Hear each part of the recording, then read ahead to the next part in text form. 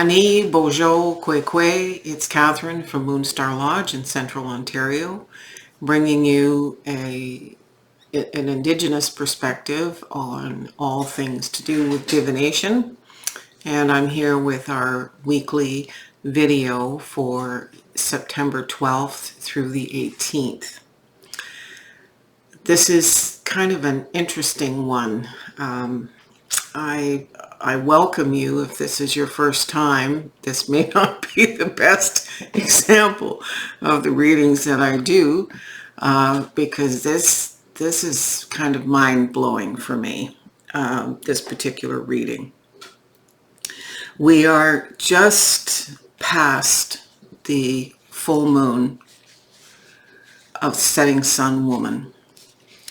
And I was listening to, I believe it was Monica Badirsky the other day, and she talked about a card that she pulled.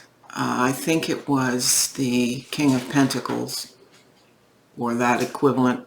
Possibly it was the equivalent of the Ten of Pentacles. And she spoke of legacy, that card relating to the legacy that we leave. And it hit me very hard.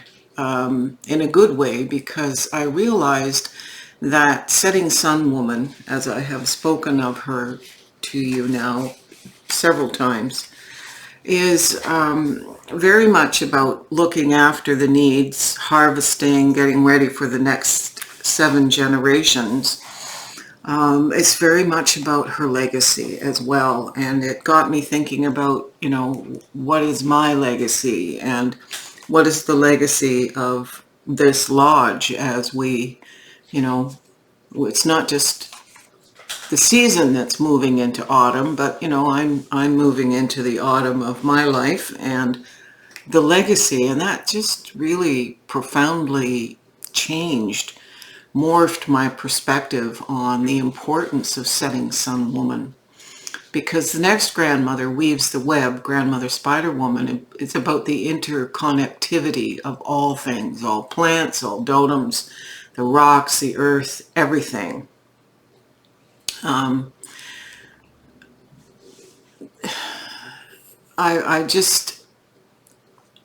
think I'm going to work more in readings to come on some of these ideas of how these grandmothers expect us to move through the world, move through our lives with respect to the impact our lives have on others, not just on the karma that we are working on for ourselves.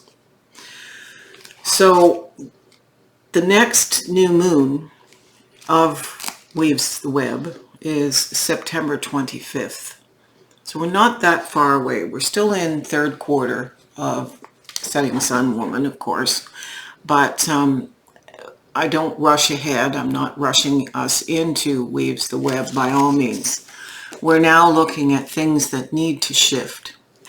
And on the wheel, we are just past the 9th moon cycle, but this is where these moon cycles would sit in a perfect year. And it wasn't a perfect year. So, the 10th moon cycle starts after autumn equinox. So we're getting into the dark months, and the cards and decks I've chosen today reflect that movement into Samhain and so forth.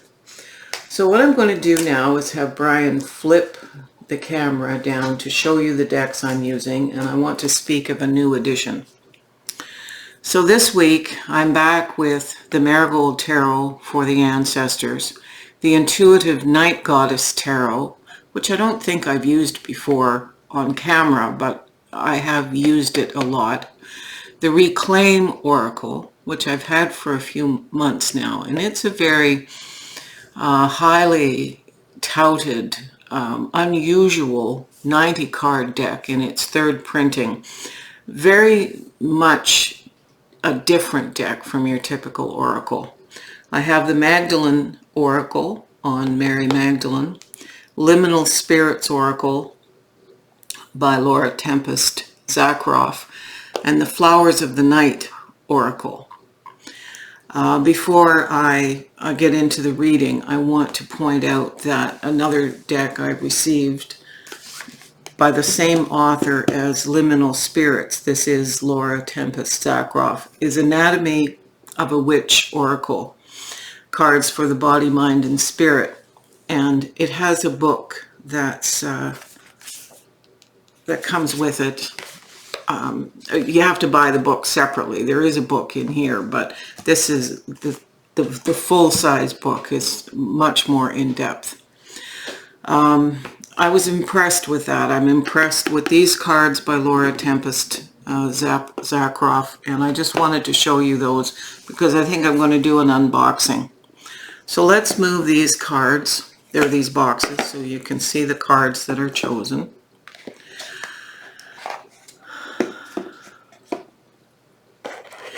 So the Intuitive Night Goddess is this line of cards. Let me move this book. That's this deck.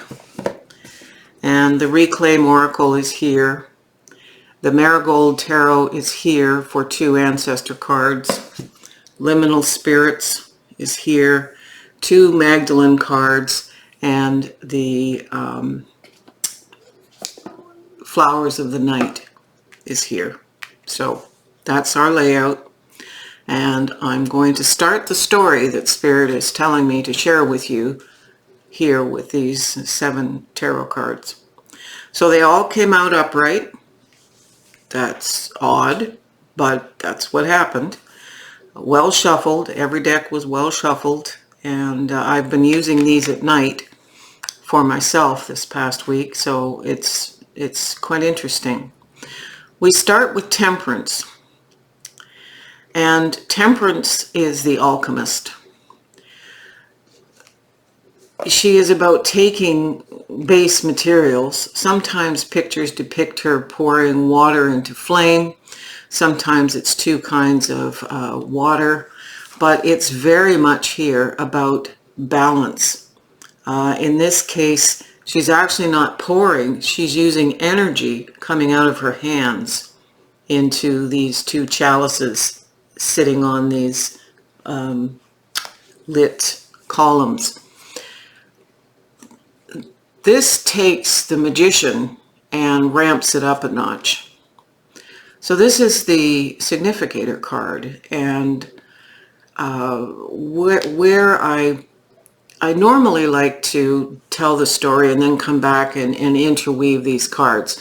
So I think I will do that, but I was struck by the fact that the Reclaim Oracle card for this reading is confusion.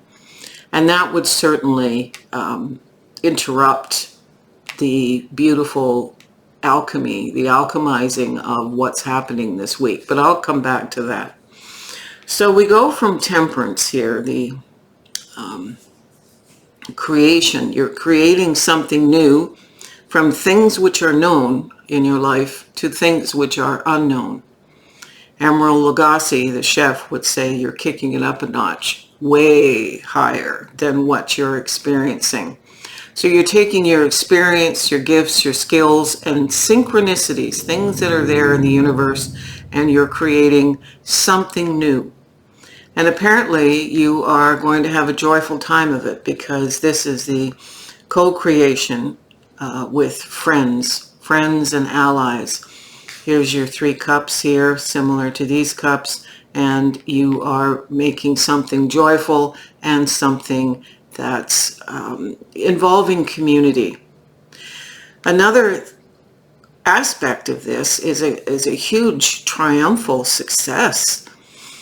Usually the 6 of Wands suggests not just a personalized sense of success, but a community acknowledgement. Here's your community stepping in. What you're doing is being acknowledged in the larger picture by the greater community. The next card is the Queen of Cups. So you've got the emotional and intuitive Gnostic consciousness. And that's something that's coming out of what you create, but it's also something you have to add into your alchemical puzzle. This is an interesting card.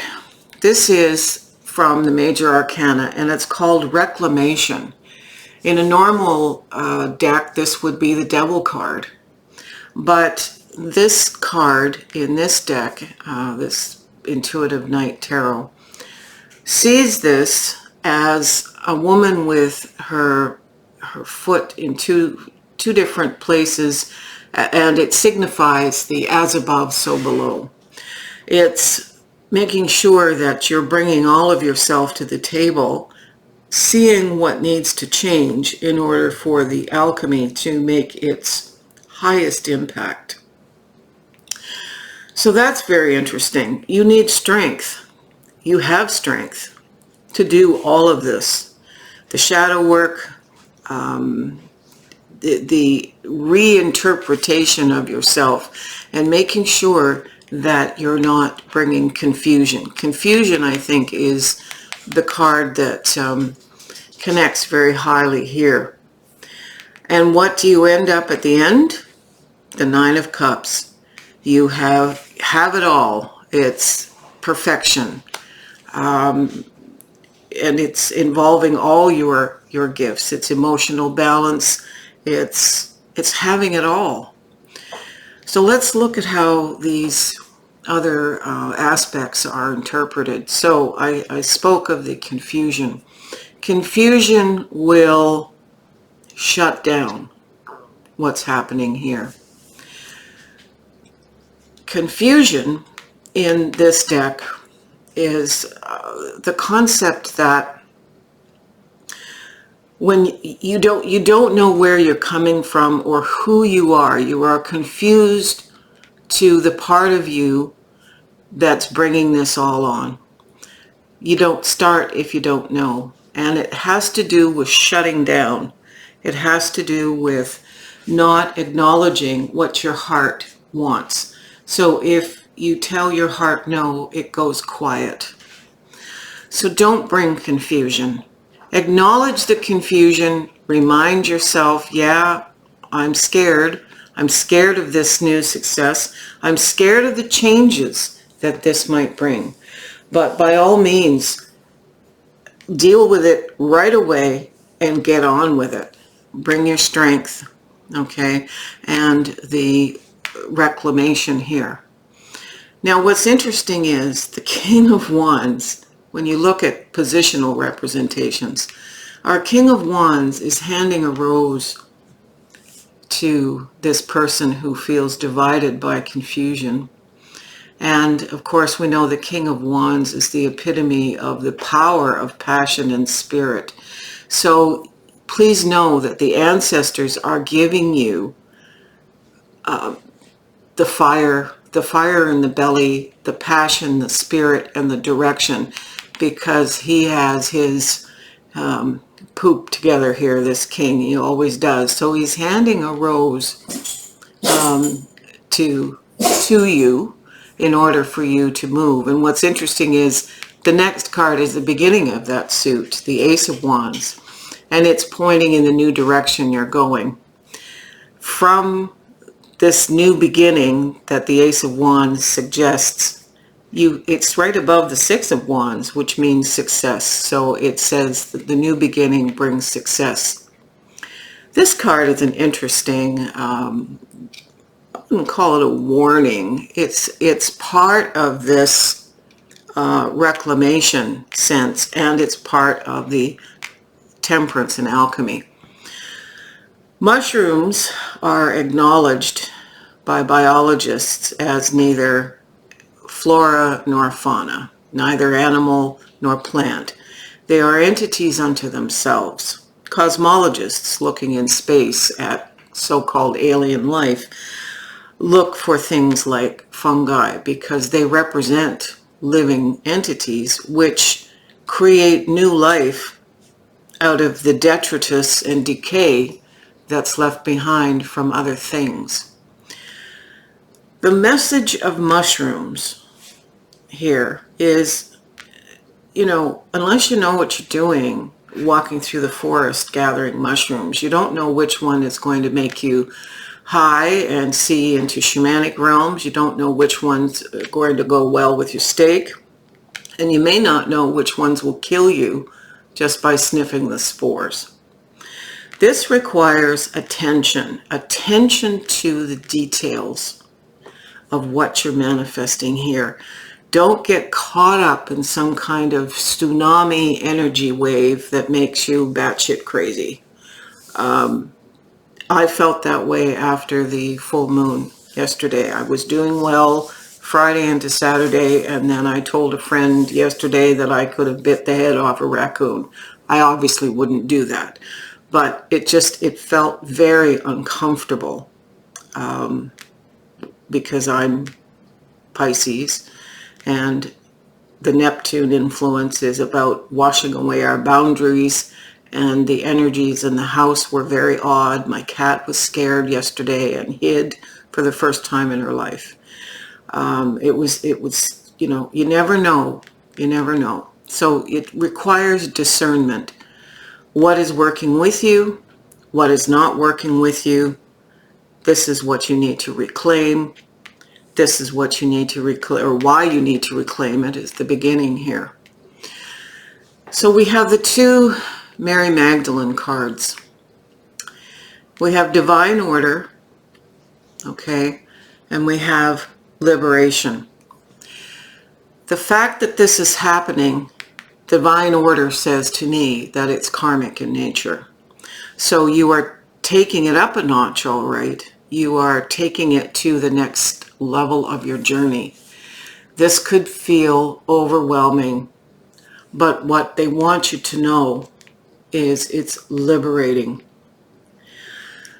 The caveat here comes with this card.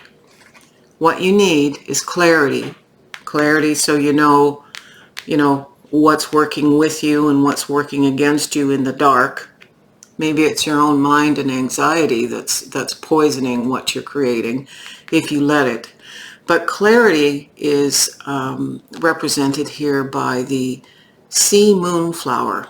And I want to read that to you. I know it's boring hearing people read, but this is the most unusual thing I've ever come across.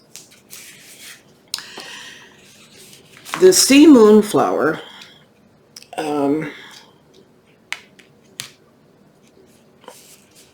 is found, it only blooms at night, and it occurs all over the world pretty much. And the other being in the card here is the death's head hawk moth, and it literally is identifiable by the fact that it has a skull on the back. So clarity in the night, and this is linking, the skull is linking it to the ancestors here. New ideas, clarity, and things you wish to manifest are becoming a reality. Education and learning to enable you to progress to a position you are seeking are indicated, as well as your ability to share skills and knowledge. Courage may be displayed in some way. Here's your strength.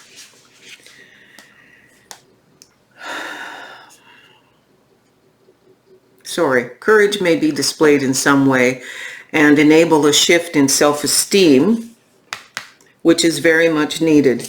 Someone, perhaps you, will come up with an idea in the face of adversity and heavily put it forth with favorable results. Opportunities can be found in places where mental aptitude is required. A victory is sure to happen soon, if it hasn't already, and there is a chance it will come suddenly before you anticipate it. Overall, think first before you leap. Make sure you understand fully what is required of you and all the implications. It may be time to reevaluate your plans or way of thinking.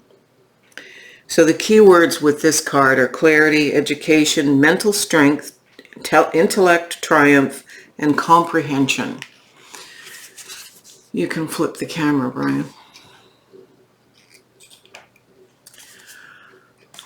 I think this is one of the most powerful readings that I've pulled out of the rabbit's hat in about a year.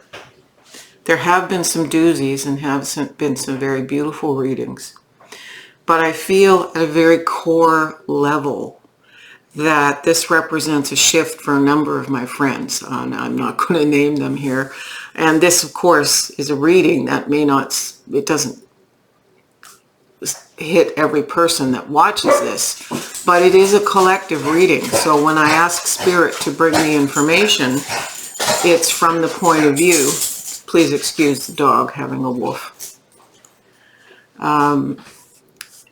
It's important, she's throwing me off here, to recognize that you are not doing this alone.